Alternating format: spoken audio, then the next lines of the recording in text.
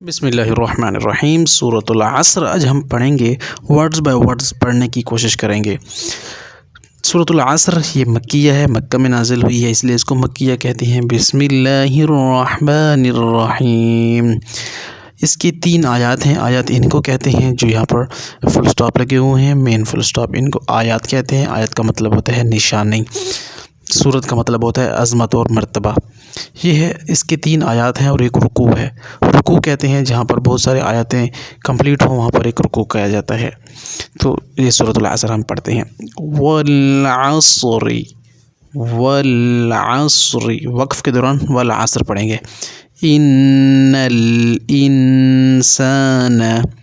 ان الانسان لفی خسر، خسرین ہے، لیکن جب وقف آئے گا فل سٹاپ تو اس کو ہم پڑھیں گے خسر۔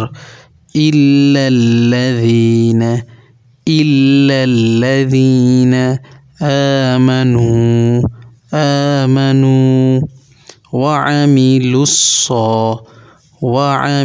الصالحات، للصالحات وتواصوا بالحق، بالحق وتواصوا بالصبر۔